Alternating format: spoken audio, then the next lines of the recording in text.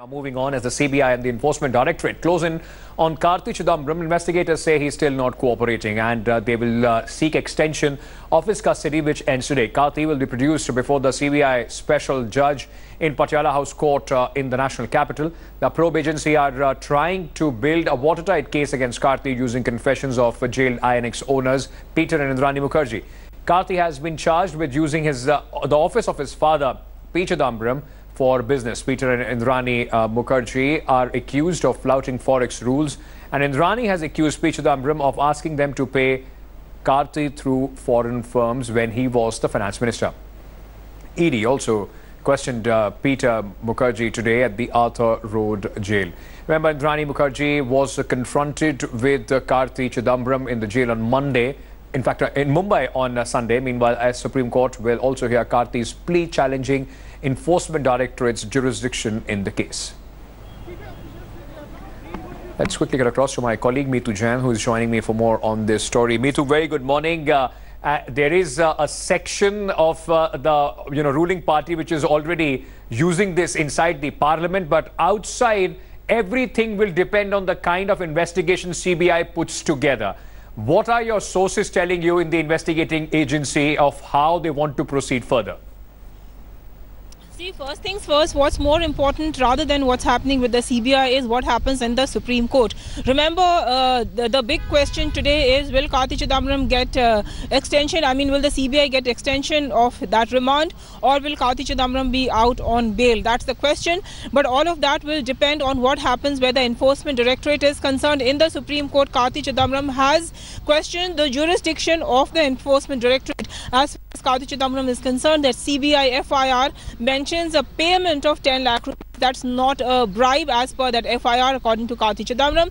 He is saying, therefore, if there is no bribe that's been paid, so therefore laundering of that bribe money doesn't arise. So therefore, under Section 3 of the PMLA Act, the Enforcement Directorate's jurisdiction does not arise. Whatever might be the case, if that actually case is decided against Karti Chidambaram, then it's going to be bad news. There is a possibility that, if either his remand could be extended, or if the CBI doesn't get further remand, then the Enforcement Directorate will be moving in to arrest Karti Chidambaram. Also remember, if Karti Chidambaram, there is also a possibility that he could be sent to Tihar jail because he is under arrest, and so therefore he could be sent to judicial custody if that bail plea is not accepted. But in all probability, if Karti Chidambaram doesn't get bail and the CBI doesn't get an extension of their remand, then there is every possibility that the Enforcement Directorate will be seeking his custody. So essentially, some bad news where the Chidambarams are concerned. Stay on with me, Neetu. I'm going to come back to you for more on this story. In fact, more trouble for Chidambarams as the investigating agency are not limiting their probe to INX and Aircel Max's case. In fact, India Today has accessed an affidavit filed before the Supreme Court in which the CBI says that, in fact, the agency says that at least 54 cases of Foreign Investment Promotion Board approval are under the scanner. The ED affidavit notes these approvals were given wrongfully during the UPA rule. The ED affidavit also indicates that the role of the then Finance Minister, P. Chidambaram, is also under the scrutiny. In fact, the agency has also informed the court about the role played by then Finance Minister P. Chidambaram. The information was corroborated by Finance Ministry officials who were examined by the Enforcement Directorate. The second phase of the budget session is on and could see disruptions on the second consecutive day as well. The opposition led by the Congress is expected to up the ante against the government on the runaway businessman Nirav Modi, who is accused of the biggest banking fraud in the country. BJP is likely to counter that while using Karti Chidambaram. BJP's parliamentary party meeting is currently underway to discuss counter strategy. Prime Minister Modi is also present at this meeting.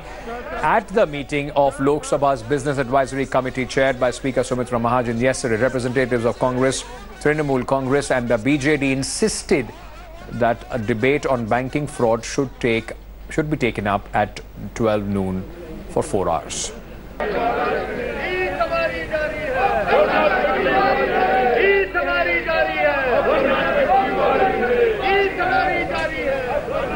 All right, let me go across to my colleague Meetu Jain once again for this story. Meetu is at Vijay Chowk. Meetu, Parliament once again expected to see the same disruptions, the same stormy scenes inside as well. It seems that neither the BJP or the opposition is trying to, sort out their differences for legislative work. It's only politics that is being played inside. Well, that's what Parliament is meant for, Ankit. Let me tell you that legislative business is secondary where Parliament is concerned. But yes, the important thing is what is the position of the opposition parties today. Interestingly, yesterday there were many political parties that had given notices for, for discussion of the bank scam, the $2 billion bank scam. Today, interestingly, so far the Trinamool Congress has been, of course, talking about it. Like we've been saying, they said that there should be a discussion on this, but where notices are concerned so far, nobody has given a notice for discussion of the bank scam. That's very, very important. It's only the Congress party that would be protesting, and also, of course, it is giving notices for discussion of the bank scam in both houses of Parliament.